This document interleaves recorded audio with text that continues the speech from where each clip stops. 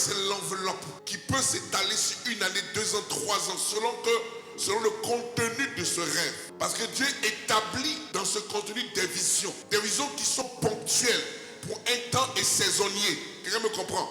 Lorsque tu es saisonnier, on te dit, bon, aujourd'hui, voici Philippe, je lui donne un rêve. Le rêve que lui donne, il ne faut pas qu'il pense que c'est pour seulement de ce mois. Non, il est fait sur toute sa vie. Sa vie doit en bénéficier. Il dit sa vie doit en bénéficier.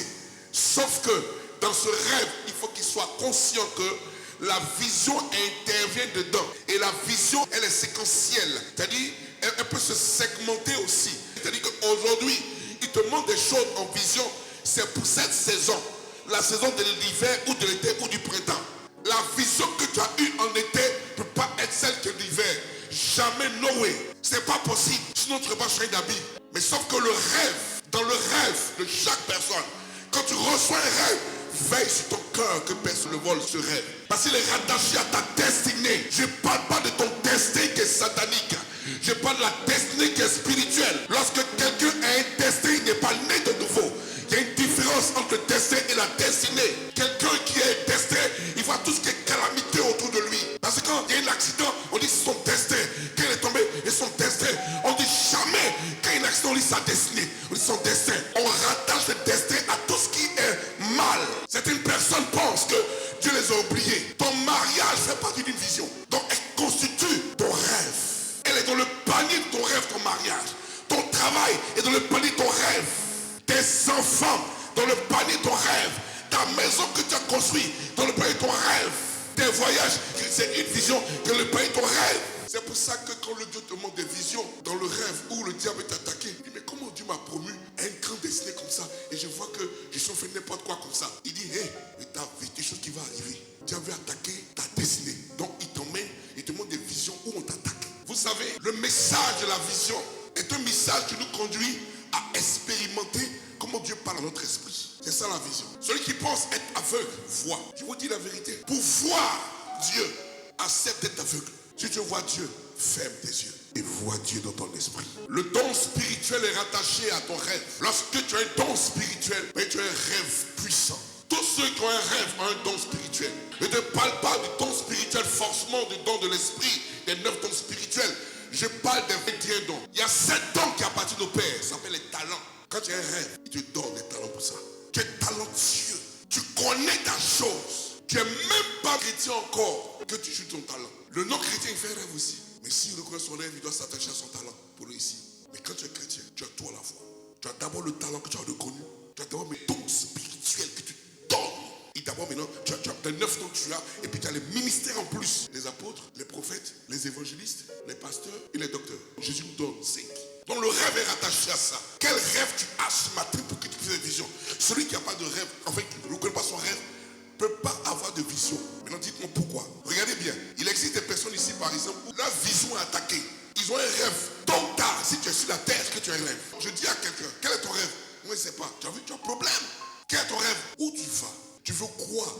Tu prépares quoi pour tes enfants? Quel est ton rêve? Quel est ton rêve ce matin? Tu parles trop. Tu n'as pas de rêve. Tu es fâché. Et Dieu ne sait pas ce qu'on fait. Tu le fatigues pour rien. Il dit, réveille ma mémoire. À quoi je t'ai appelé? C'est vrai que j'ai dit en Jérémie, je connais les projets que j'ai formés pour toi.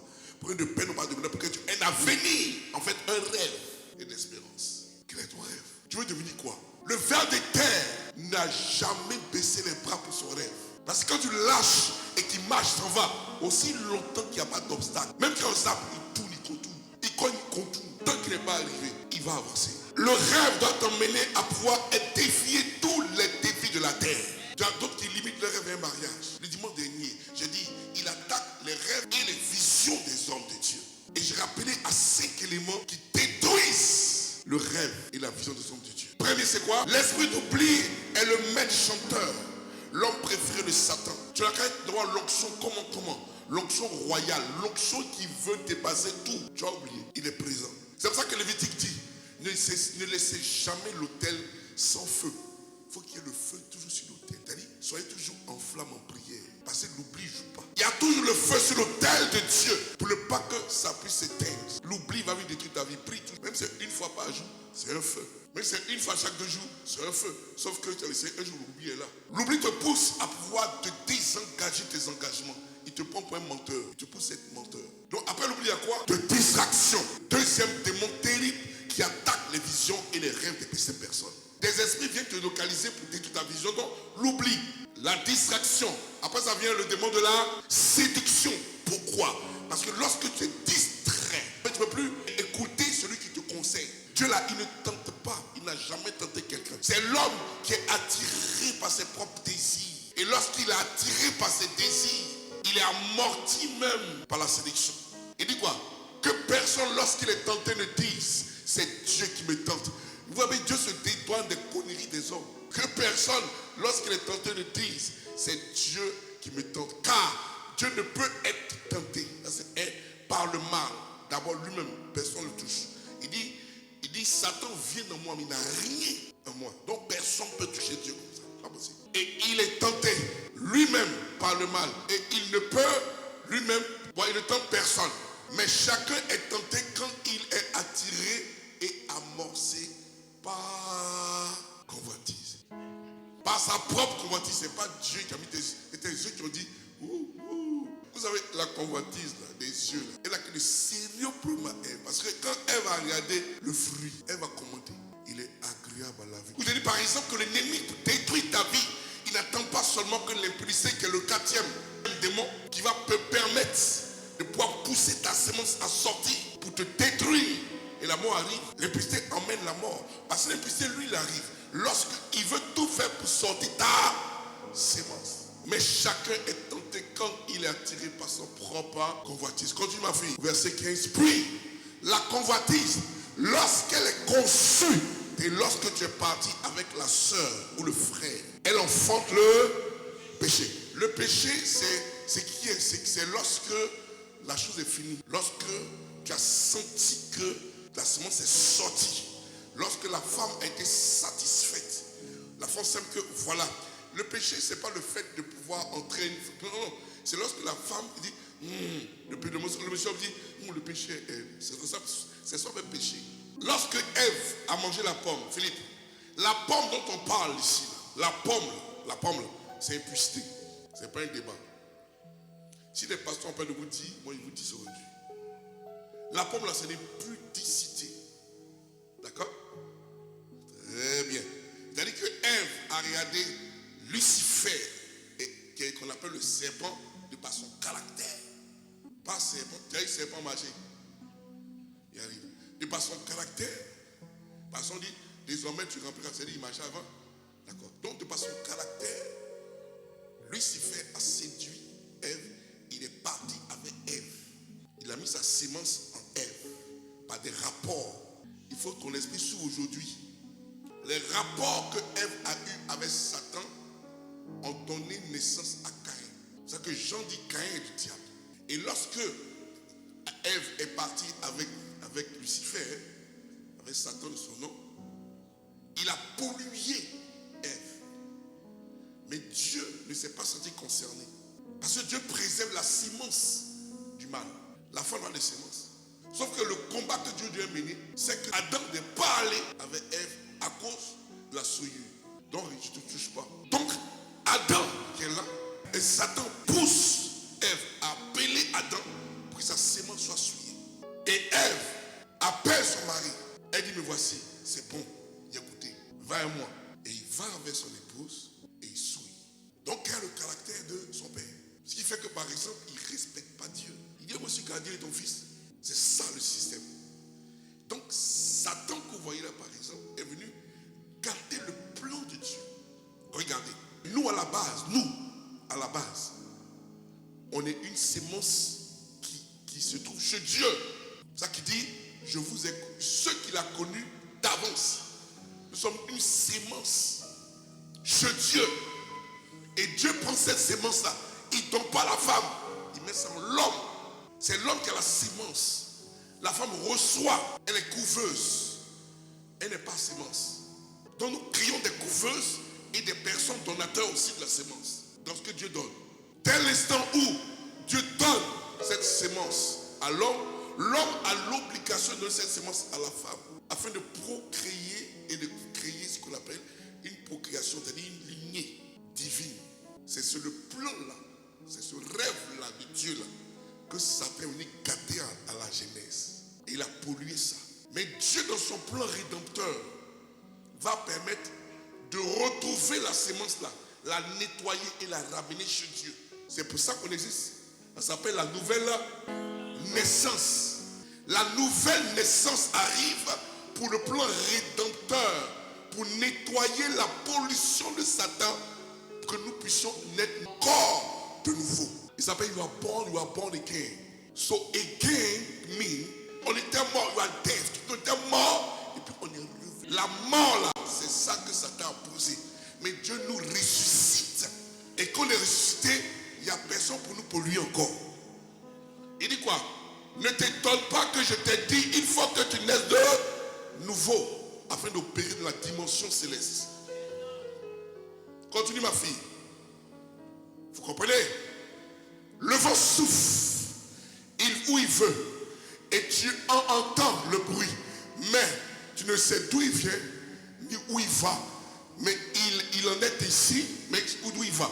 Il est ici d'un homme qui est né de l'esprit.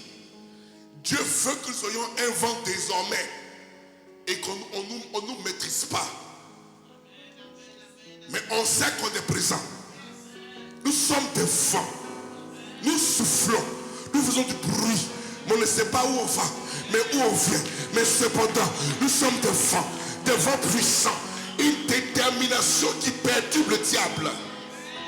On n'est pas localisable par le diable. C'est de ça qu'il s'agit. La sémence que Dieu veut qu'on soit là, Dieu nous ramène à l'original par la naissance. Vous savez, ce matin, j'ai dit, garde ta foi. La sémence, elle est dangereuse. Quand quelqu'un se masturbe, il est en train de pouvoir faire descendre ce que Dieu t'a donné. Dieu a racheté pour remettre de nouveau en toi là. Au lieu de donner ça à ta femme pour que ça parte, non, tu souilles ça par terre. C'est ça qui est dangereux. La terre a l'obligation, écoute-moi très bien, de sécher et d'obéir à l'ordre de Dieu lorsqu'elle voit des personnes innocentes par terre. Alors tu payes le prix. Oui, tu payes le prix. Généralement, tes affaires se gâtent. La pauvreté arrive en toi. Même un euro, tu ne payes pas. Donc vous comprenez que ce que Satan guettait, c'est le rêve de Dieu. C'est pour ça que Jérémie reprend. Il dit, je connais les projets que j'ai pour vous. Il y a des choses où la chair t'empêche de comprendre. L'action de l'impudicité, l'adultère, la masturbation, ça là, c'est la chair, c'est pas le diable. Non, il faut que tu parles, il faut que tu dises la vérité. C'est pas le diable. On ne dit pas diable sort à l'adultère. C'est la chair, l'adultère, l'impudicité, le mensonge, ça se traite. Ça ne se chasse pas. Sinon, tu vas durer toute ta vie pendant des siècles à chasser adultère. Et l'adultère est une sémence qui est dans son sang, qui vient de son père. Lorsque le Seigneur, quand il faut que tu as péché, pour éviter que tombe, le Seigneur dit, je renouvelle la sémence. Tu es né de nouveau. Regardez, ma fille, mets la suite. Après l'esprit dit quoi? Quand tu es né de nouveau, tu ne verras pas le royaume. Ça il dit, je t'ai dit Nicodème. Il dit quoi? Nicodème dit, vas-y, il dit, comment cela peut se faire? Nicodème, il ne sait pas que Dieu a un plan rédempteur, spirituel, pour essayer de le faire naître. Quand tu m'as dit, Jésus lui répondit, tu es docteur d'Israël et tu ne sais pas les choses. Mais il ne peut pas savoir ça. Il ne peut pas, ma fille, Florence. Comment quelqu'un peut savoir que, non, être de nouveau, c'est-à-dire que tu acceptes d'être métanoïé. Accepte le changement de mentalité. Sois métanoïé. C'est-à-dire tu es métanoïa. C'est-à-dire on change ta manière de penser. Tu n'es plus la même personne. En vérité, je te le dis, nous disons que ce que nous savons et nous rendons témoignage de ce que nous savons, nous avons vu. Et vous ne recevez pas notre témoignage. Quelqu'un est venu en haut, il vous dit, Satan a gâté déjà votre sémence. Je suis obligé de vous changer encore, que vous soyez bien. Tu te dis, mais pourquoi il n'y a pas ça? Pourquoi? Mais tant que tu n'es pas de nouveau là, tu ne peux pas. Ça veut dire que tu es en train de mixer ta vie entre la loi et la grâce. C'est deux choses différentes. La loi et la grâce ne mixent pas. Sinon, tu vas penser être la vérité. Or, tu es mixé. Si vous ne croyez pas quand je vous ai parlé des choses terrestres, comment croyez-vous quand je vous parle des choses célestes? C'est-à-dire que par exemple, comme c'est gâté, moi je vais te dire quelque chose que tu ne comprends pas. Parce qu'à la base, ce n'est pas ça que tu es. À la base, tu as une gamète, tu as un spermatozoïde saint venant du ciel. Tu as une sémence céleste. Entre le ciel et la terre, qui donne sémence? Et qui reçoit sémence? Le ciel donne à la terre et la terre reçoit. Dont le vieux père, c'est le ciel. Ma vie, mais Genèse chapitre 1, verset 1er, que tout le monde connaît. Au commencement, Dieu créa les cieux. Pas là? Voilà. Vous allez voir le mystère. Vous savez quoi? Pourquoi Dieu permet qu'on rétape la nouvelle naissance? Maman, regarde. Le Père est comme toi, comme moi, comme chaque parent ici. Quand on fait un enfant, des jumeaux surtout, et qu'il y a un enfant dedans qui est en bonne santé, qui est bien portant, ou bien qui est bien formé, et l'autre qui n'est pas bien formé, on prend la peine d'envoyer l'autre, par exemple, on fait une rééducation pour qu'il soit vraiment dans les bonnes comme son frère. C'est pas ça. Regardez ce qui s'est passé au commencement. Dieu a fait deux éléments. Dieu a enfanté deux enfants. Dieu enfante deux enfants à la naissance, au commencement. Dans les deux enfants qu'il enfante, il y a un qui est mal formé. Et puis il y a un qui est bien formé. Vous voulez les voir? Il y a ce qu'il dit. Vous lisez, vous ne voyez pas où? Il dit quoi? Au commencement, Dieu créa les cieux. Voilà, un enfant et un autre enfant. Mais il y a un qui est dans... Vas-y, continue. Mais il y a un enfant dedans qui est bizarre.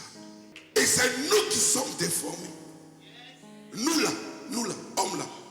C'est nous un problème. On dit nous là, on est informe, on est vide. Pendant que lui qui est sûr, il est heureux. Donc il y a lui, il est en pleine forme, il n'a pas une rééducation. Mais il y a un qui est vide, qui n'a rien et qui n'a pas de forme. C'est enfant bien. C'est quoi? Ça, c'est pas sorcellerie. Moi, c'est ton enfant. Il n'y a pas de forme, ça t'est traversé comme ça. Oh, le ciel est propre. Mais Dieu ne s'est pas découragé. Dieu a commencé à travailler. Ben, il y avait un témoin à ça. Quand il y a l'esprit qui est là, tu n'as pas peur. La Bible dit que, oh, il dit, l'esprit de Dieu se mouvait au-dessus des eaux. Je ne comprends pas pourquoi les gars se plaignent de leur attitude, pendant que Dieu a pu gérer ça, mais quand tu es vite. Ne perds pas espoir. Passez aussi longtemps que Dieu est sur son trône. Il éduque ses enfants sur la terre. Est-ce que pas là quelqu'un?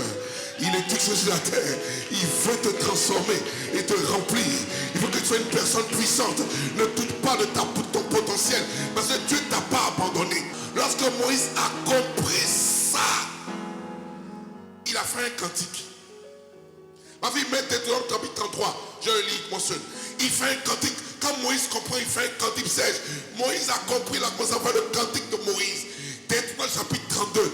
Deutéronome chapitre 32, c'est le cantique pour célébrer ce que Dieu a fait. Quand Moïse a compris, et Moïse dit, il dit, Dieu, écoutez. Il parle au grand frère.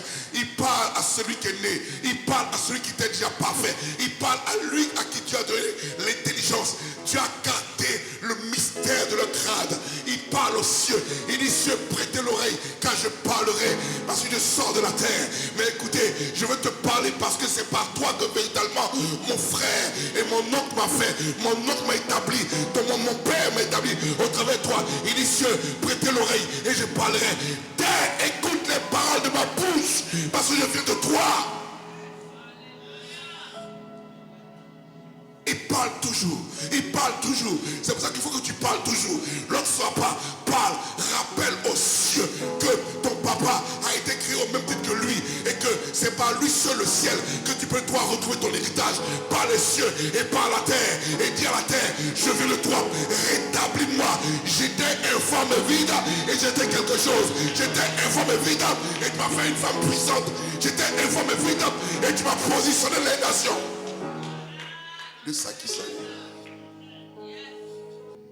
Je dis ici, quels sont les jumeaux que Dieu a fait? Les cieux et la terre. Et dans ces jumeaux, il y a un qui n'était pas bien, que Dieu a pris le temps de travailler. Il lui a confié des choses. Mais n'oublie pas que les cieux réservent. Lorsque tu es mal tombé, les cieux réservent ton héritage. Il y a toujours un héritage chez ton oncle. C'est-à-dire, il y a un jumeau. Il y a toujours quelqu'un qui garde l'héritage. C'est parce qu'il est là. Sinon, s'il rentre dans les détails, vous allez voir pourquoi il y a eu les étendues avec les étendues et pourquoi Dieu a gardé encore étendu plus haut et non j'ai en bas. Que Dieu bénisse. Alléluia.